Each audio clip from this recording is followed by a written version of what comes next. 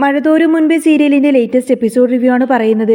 അങ്ങനെ ഗംഗാധരനും മാലതിയും അങ്ങോട്ടേക്ക് വന്ന സമയത്തിന് അത് വൈജയന്തിയുടെ സഹോദരനും ഭാര്യയാണെന്ന് മനസ്സിലാക്കുന്നതോടുകൂടെ അവരോട് നല്ല സ്വീകരണം തന്നെയായിരിക്കും കേട്ടോ ഐലീന. അവർക്ക് കുടിക്കാൻ ചായയും അതുപോലെ ഭക്ഷണമെല്ലാം തന്നെ എടുത്തു കൊടുക്കുന്നുണ്ട്. തൻ്റെ മാമനും ഭാര്യയാണ് അങ്ങോട്ടേക്ക് വന്നിരിക്കുന്നത് എന്നുള്ള സത്യം മനസ്സിലാക്കുന്നതോടുകൂടെ അലീന പിന്നെ വളരെയധികം സ്നേഹത്തോട് തന്നെയായിരിക്കും കേട്ടോ അവരോട് പെരുമാറുന്നത്. അവർക്ക് കുടിക്കാനും അതുപോലെ കഴിക്കാൻ ഭക്ഷണമൊക്കെ എടുത്തു കൊടുക്കുന്നുണ്ട്. അലീനയുടെ സ്വഭാവം പെട്ടെന്ന് തന്നെ അവർക്കെല്ലാവർക്കും ഇഷ്ടപ്പെടും. എന്നിട്ടിങ്ങനെ ചോദിക്കുന്നുണ്ട്, വൈജയന്തി ബാലചന്ദ്രനുമായിട്ട് എന്തെങ്കിലും പ്രശ്നമുണ്ടായിരുന്നോ? പെട്ടെന്ന് ബാലചന്ദ്രൻ്റെ ഈ ഒരു അവസ്ഥ കണ്ടിട്ട് ചോദിക്കുന്നതാണെന്നൊക്കെ പറയും. അലീന പറയുന്നുണ്ട്, അവർ തമ്മിൽ ഒരു പ്രശ്നവും ഇല്ലായിരുന്നോ? അങ്കിൾ എവിടെ നിന്നും പോയിട്ട് തിരിച്ചു വരുമ്പോഴാണ് ഇങ്ങനെ ഓരോ പ്രശ്നങ്ങളൊക്കെ ഉണ്ടായതെന്ന് പറയും. എന്നാൽ അലീനയെ കാണുന്ന സമയത്തിന് ഗംഗാധരൻ്റെ മനസ്സിൽ കുറേ അധികം സംശയങ്ങളൊക്കെ വന്നു തുടങ്ങിയിട്ട് അലീനയെ പറ്റിയിട്ട് കൂടുതൽ ഡീറ്റെയിൽസൊക്കെ ചോദിച്ചറിയാണ്. ഏകദേശം കണ്ടാലും ഒരു 10-22 വയസ്സുള്ള പെൺകുട്ടിയെ പോലെ തോന്നുകയാണല്ലോ. ബാലചന്ദ്രൻ്റെ ഈ മാറ്റങ്ങൾക്കെല്ലാം കാരണം അലീനയാണെന്ന് മനസ്സിലാക്കിക്കൊണ്ട് തന്നെയായിരിക്കട്ടെ ഗംഗാധരനും അതുപോലെ മാലതിയും അലീനയോട് വിശേഷങ്ങളൊക്കെ ചോദിച്ചറിയുന്നത്. കുഞ്ഞിരാമൻ മേനോനാണ് അലീനയെ ഒരു ഹോം നേഴ്സായിട്ട് അങ്ങോട്ടേക്ക് കൊണ്ടുവന്നത്. അതും തിരുവനന്തപുരത്ത് പോയിട്ട് അങ്ങനെ ഒരു ഓർഫനേജിൽ നിന്ന് കുഞ്ഞിരാമ മേനോൻ ഇങ്ങനെ ഒരു റിസ്ക് എടുത്ത് കൊണ്ടുവരണമെന്നുണ്ടെങ്കിൽ അത്രയും ദൂരം പോയിട്ട് ഈ പെൺകുട്ടിയെ തന്നെ അച്ഛൻ ഇങ്ങോട്ടേക്ക് കൊണ്ടുവരണമെങ്കിൽ അതിൻ്റെ പിന്നിൽ എന്തെങ്കിലും ഇല്ലാതിരിക്കില്ല എന്നുള്ള കാര്യം മാലതിയും മനസ്സിലാക്കും. അച്ഛൻ അന്ന് ഈ കുട്ടിയെ തന്നെ കൊണ്ടുവരണമെങ്കിൽ വൈജയും ഈ കുട്ടിയുമായിട്ട് എന്തോ ഒരു ബന്ധമുണ്ടായിരിക്കും. അന്ന് അച്ഛൻ പറഞ്ഞതുപോലെ വൈജയുടെ കുഞ്ഞൊരിക്കലും മരിച്ചിട്ടുണ്ടാവില്ലേ? അന്ന് വൈജ പ്രസവിച്ചതൊരു പെൺകുട്ടിയായിരുന്നില്ലേ? ആ കുഞ്ഞിപ്പോൾ ജീവനോടെ ഉണ്ടായിരുന്നെങ്കിൽ ഇതേ പ്രായം തന്നെയായിരുന്നില്ല ആ കുഞ്ഞിന്. അങ്ങനെ ഇവളൊരു പക്ഷേ ഇനി വൈജയന്തിയുടെ സ്വന്തം മകളായിരിക്കുമോ എന്ന സംശയമായിരിക്കട്ടോ ഗംഗാധരന് തോന്നുന്നത്.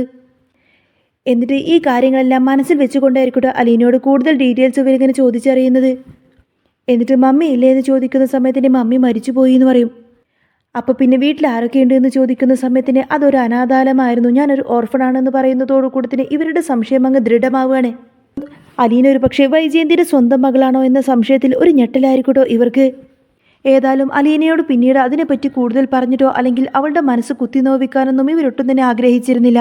കാരണം മുത്തശ്ശിയുടെ വായിൽ നിന്ന് തന്നെ അലീന ഒരു നല്ല പെൺകുട്ടിയാണെന്നും കാര്യപ്രാപ്തിയുള്ള പെൺകുട്ടിയാണെന്നും അവൾ ഒരിക്കലും ഈ കുടുംബം നശിപ്പിക്കാൻ വേണ്ടി ഇങ്ങോട്ടേക്ക് വന്നതല്ല എന്നുള്ള കാര്യമൊക്കെ മാലതിക്ക് മനസ്സിലായിട്ടുണ്ടാവും. കാരണം അലീനയെക്കുറിച്ച് പറയുമ്പോഴൊക്കെ മുത്തശ്ശിക്ക് 100 നാവാണ്. അലീന ഇവിടെ ഉള്ളത് കൊണ്ട് തന്നെ മുത്തശ്ശിയെ പൊന്നു പോലെ നോക്കുന്നുണ്ട് എന്നുള്ള കാര്യം മാലതിക്കും ഗംഗാധരനും അമ്മയെ കണ്ടപ്പോൾ തന്നെ മനസ്സിലായിട്ടുമുണ്ട്.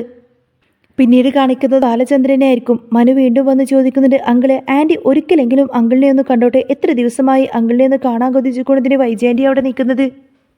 അതിന് മാത്രം എന്ത് തെറ്റാണ് ആൻറ്റി ചെയ്തത്? അങ്കിളിനൊരു സമാധാനം തരാത്ത ആളാണെന്നൊക്കെ അറിയാം.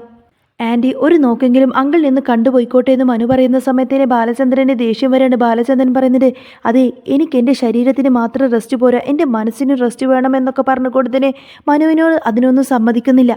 പിന്നീട് അങ്ങനെ ബാലചന്ദ്രനെ കാണാൻ വേണ്ടിയിട്ട് ഗോവർദ്ധനം വരികയാണ്. എന്നിട്ട് സിസ്റ്റർ വന്നിട്ട് അനുവാദം ചോദിക്കുന്ന സമയത്തിന് ബാലചന്ദ്രൻ അകത്തേക്ക് കയറ്റി വിടും. അങ്ങനെ ബാലചന്ദ്രനുമായിട്ട് സംസാരിച്ച് ഗോവർദ്ധൻ ഇങ്ങനെ പുറത്തേക്ക് വരുന്ന സമയത്ത് വൈജയന്തിക്ക് ഭയങ്കര സങ്കടം വരെയാണ്. വൈജയന്തി പറയുന്നത്, ഇതിപ്പോൾ എന്താണ് അവസ്ഥ? വഴിയിലൂടെ പോകുന്നവർക്ക് വരെ കാണാം, മക്കൾക്ക് കാണാം, എല്ലാവർക്കും കാണാം, അയൽവാസിക്ക് കാണാം, എന്തിന് പറയുന്നു വീട്ടിലെ വേലക്കാരിക്ക് പോലും കാണാം. ഇതിപ്പോൾ എനിക്ക് മാത്രം എന്താ ഇത്ര വിലക്ക്? ഗോവർദ്ധൻ ഒന്നും തന്നെ മനസ്സിലാവുന്നില്ല കേട്ടോ. ഏതായാലും ഇവർക്ക് തമ്മിൽ എന്തോ പ്രശ്നമുണ്ടോ എന്ന് മനസ്സിലാക്കിക്കൊണ്ടായിരിക്കും ഗോവർദ്ധൻ അവിടെ നിന്ന് പോകുന്നത്. മനു വന്ന് പറഞ്ഞിട്ട്, ആൻറ്റി ഇതൊരു ഹോസ്പിറ്റലാണ്, ആൻറ്റി വെറുതെ ബഹളം വെച്ചുകൊണ്ട് തന്നെ ഈ ഹോസ്പിറ്റൽ ഒരു പ്രശ്നമുണ്ടാക്കരുത്. ആൻറ്റി എന്താണെങ്കിലും ഇപ്പോഴത്തെ ഈ ഒരു സാഹചര്യത്തിൽ ക്ഷമിച്ചേ പറ്റൂ എന്നൊക്കെ പറഞ്ഞ് മനു ഇങ്ങനെ വൈജയന്തിയെ സമാധാനിപ്പിക്കുന്നുണ്ട്. എന്നാൽ എന്തുകൊണ്ടായിരിക്കും ബാലചന്ദ്രൻ തന്നെ ഇത്രമാത്രം അവോയ്ഡ് ചെയ്യുന്നത് എന്നുള്ള കാര്യമൊന്നും തന്നെ വൈജയന്തിക്ക് മനസ്സിലാവുന്നില്ല. പിന്നെ വൈജയന്തിയുടെ മനസ്സിലൊരു വാശിയായിരിക്കും, എന്തായാലും അകത്തേക്ക് കയറിയിട്ട് ബാലചന്ദ്രനെ കാണാമെന്ന വാശി. ആ സമയത്തിന് ബാലചന്ദ്രൻ്റെ ഹെൽത്ത് കണ്ടീഷനൊക്കെ ഏകദേശം ഓക്കെ ആയിട്ട് വരുന്നുണ്ട്. എന്നിട്ട് ഡിസ്ചാർജ് ചെയ്യാമെന്നൊരവസ്ഥ വരുന്ന സമയത്തിന് വൈജയന്തിയുടെ കയ്യിൽ ഇഷ്ടം പോലെ പണമുണ്ടല്ലോ. എന്നാൽ ഹോസ്പിറ്റൽ ബില്ല് അടക്കാമെന്നൊക്കെ ചിന്തിച്ചുകൊണ്ട് തന്നെ വൈജയന്തി ബാലചന്ദ്രനെ കാണാൻ വേണ്ടി അകത്തേക്ക് കയറി വരും. ബാലചന്ദ്രന് ഭയങ്കര ദേഷ്യം വരട്ടെ വൈജയന്തിയെ കാണുമ്പോൾ. അപ്പോൾ ഹോസ്പിറ്റൽ ബില്ല് അടക്കാമെന്ന് പറയുന്ന സമയത്തിന് ബാലചന്ദ്രൻ പറഞ്ഞിട്ട്, എനിക്കങ്ങനെ എൻ്റെ ഹോസ്പിറ്റൽ ബില്ല് അടക്കാൻ വേണ്ടിയിട്ട് മറ്റാരുടെയും ഔദാര്യമൊന്നും വേണ്ട, പ്രത്യേകിച്ച് കൈതക്കൽ മാളിക വീട്ടിലെ ആരുടെയും സഹായം എനിക്ക് വേണ്ട. മനു, നീ അതുകൊണ്ട് എൻ്റെ കാർഡ് കൊണ്ടുപോയിട്ട് എൻ്റെ ഹോസ്പിറ്റൽ ബില്ല് പേ ചെയ്യേ. ദാ ഈ പണം നീ അടച്ചുകൊണ്ട് പോയ എന്നൊക്കെ പറഞ്ഞ് ആ ഒരു ബില്ലും കാർഡും കൊടുക്കുന്ന സമയത്തിന് വൈജയന്തിക്ക് ശരിക്കും തനിക്കൊരു അടി കിട്ടിയതുപോലെ ആവുകയാണ്. വൈജയന്തി ചോദിക്കുന്നുണ്ട്, ബാലചന്ദ്ര ഞാൻ എന്ത് ചെയ്തിട്ടാണ് എന്നോട് മാത്രം ഇങ്ങനെ ദേഷ്യം കാണിക്കുന്നതെന്ന് ചോദിക്കുന്ന സമയത്തിന് ബാലചന്ദ്രൻ പറയുന്നുണ്ട്, അതേടി ഞാൻ ദേഷ്യം കാണിക്കും. അങ്ങനെ ഞാൻ ദേഷ്യം കാണിച്ചിട്ടുണ്ടെങ്കിൽ തന്നെ നീ എന്ത് ചെയ്യുമെന്നൊക്കെ ചോദിച്ചുകൊണ്ട് ഒരു ആവശ്യമില്ലാതെ വൈജയന്തിയോട് ഇങ്ങനെ ദേഷ്യപ്പെട്ട് പൊട്ടിത്തെറിക്കാണ് ബാലചന്ദ്രൻ. അന്നേരം മനുവിന് വല്ലാതാവാണ്. അങ്കിളെ, ഇതൊരു ഹോസ്പിറ്റലാണ്, ഇവിടെ വെറുതെ ഒച്ച എടുക്കരുത് ആൻറ്റി, വെറുതെ ഒരു പ്രശ്നമുണ്ടാക്കരുത് ആൻറ്റി, പുറത്തേക്ക് പോയിക്കോ എന്നൊക്കെ പറഞ്ഞിട്ട് അവിടെ ഒരു സമാധാനമായിട്ടുള്ള അന്തരീക്ഷം ക്രിയേറ്റ് ചെയ്യാൻ നോക്കുന്നുണ്ട് മനു. എന്തായാലും ആ ഒരു പ്രശ്നം അവിടെ ഒന്നും അവസാനിക്കുന്നില്ല.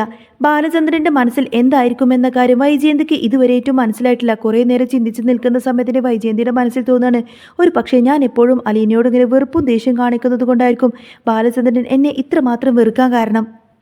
എന്നെ അവോയ്ഡ് ചെയ്തിട്ട് അലീനെ ഇത്രമാത്രം സ്നേഹിക്കുന്നുണ്ടെങ്കിൽ പിന്നെ ബാലചന്ദ്രൻ്റെ മനസ്സിൽ ശരിക്കും എന്തായിരിക്കും? ഇനി ഒരു പക്ഷേ അവൾ എന്നെ പറ്റിയിട്ട് എന്തെങ്കിലും പറഞ്ഞിട്ടുണ്ടാവോ എന്നൊക്കെ ചിന്തിച്ചുകൊണ്ട് തന്നെ വൈജയന്തിയുടെ മനസ്സിൽ അലീനയോടുള്ള ദേഷ്യം വെറുപ്പും ഇങ്ങനെ ഇരട്ടിച്ച് വരികയാണ്.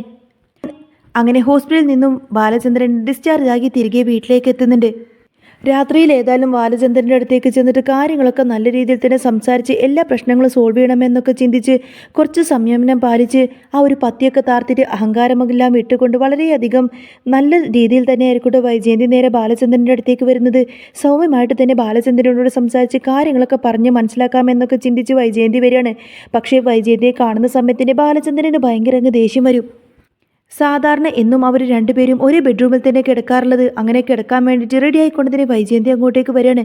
പക്ഷേ ബാലചന്ദ്രൻ വൈജയന്തി അവിടെ നിന്നും മാട്ടിപ്പായിക്കാൻ നോക്കും.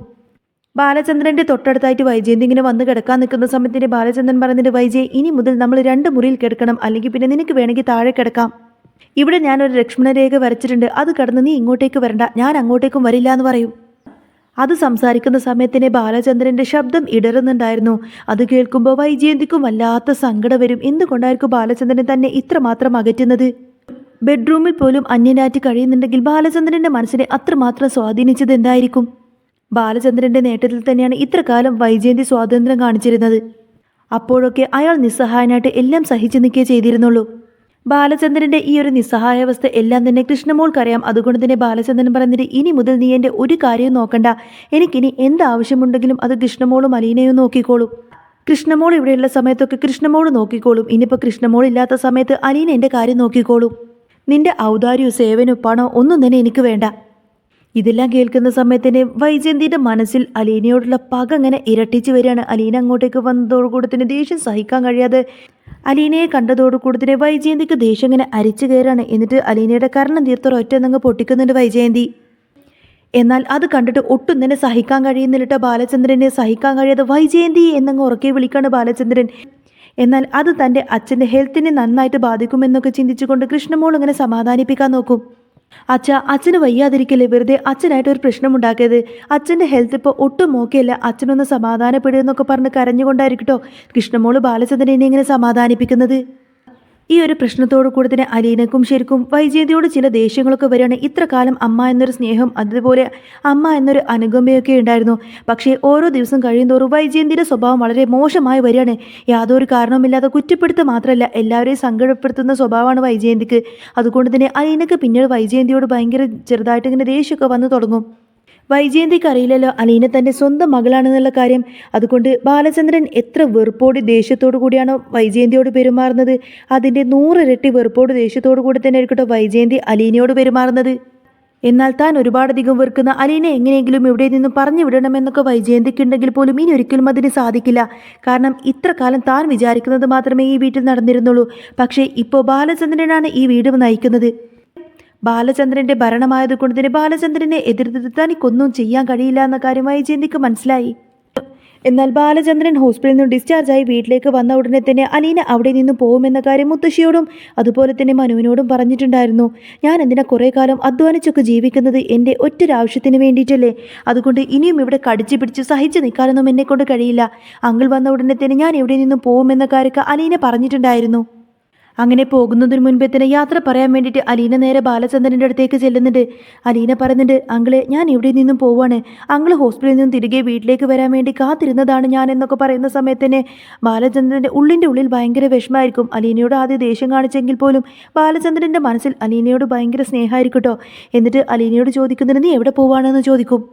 അലീന പറഞ്ഞിട്ട്, തൽക്കാലം ഞാൻ നേരെ പോകുന്നത് എറണാകുളത്തേക്കാണ്, രേവതി കുട്ടിയുടെ അടുത്തേക്ക് പോവും. അവിടെ ചെന്ന് കഴിഞ്ഞാൽ മാമച്ചായനും ഗ്രേസിയാൻ്റെയും എനിക്ക് മറ്റെവിടെയെങ്കിലും ഒരു ജോലി ശരിയാക്കി തരാമെന്ന് പറഞ്ഞിട്ടുണ്ടായിരുന്നു. പിന്നെ ഞാൻ ഇത്ര ദിവസം ഇവിടെ പിടിച്ചു നിന്നത്, ഞാൻ ഇവിടെ നിന്ന് പോയി കഴിഞ്ഞാൽ പിന്നെ കുട്ടികളൊക്കെ ഒറ്റക്കാവില്ലേ. ബാലചന്ദ്രൻ സാറും കൂടി ഇവിടെ ഇല്ലാത്ത സ്ഥിതിക്ക് മുത്തശ്ശിയുടെ കാര്യം കൂടെ നോക്കണ്ടേ. അപ്പോൾ എല്ലാവരെയും ഇങ്ങനെ ഒറ്റപ്പെടുത്തി പോകാനൊന്നും എനിക്ക് കഴിഞ്ഞില്ല. ബാലചന്ദ്രൻ സാർ തിരികെ വന്നതിന് ശേഷം പോവാമെന്ന് വിചാരിച്ചുകൊണ്ടാണ് കാത്തു നിന്നത് എന്നൊക്കെ പറയും അലീന. അല്ലെങ്കിൽ പിന്നെ എന്നെ വേണ്ടാത്ത ഈ വീട്ടിൽ നിന്നും ഞാൻ എന്നേ പോയേനെ. സാറ് വരുന്നത് വരെ ഞാൻ ഇവിടെ കടിച്ചു പിടിച്ച് കാത്തു നിൽക്കുമായിരുന്നു സാറേ. അതുകൊണ്ട് ഞാൻ ഇവിടെ നിന്ന് പോവാണ്. ഇത്ര കാലം സാർ എന്നെ സപ്പോർട്ട് ചെയ്തിട്ട് സാറോടൊരു വാക്കെങ്കിലും പറയാതെ പോകുന്നത് മോശമല്ലേ എന്ന് വിചാരിച്ചു.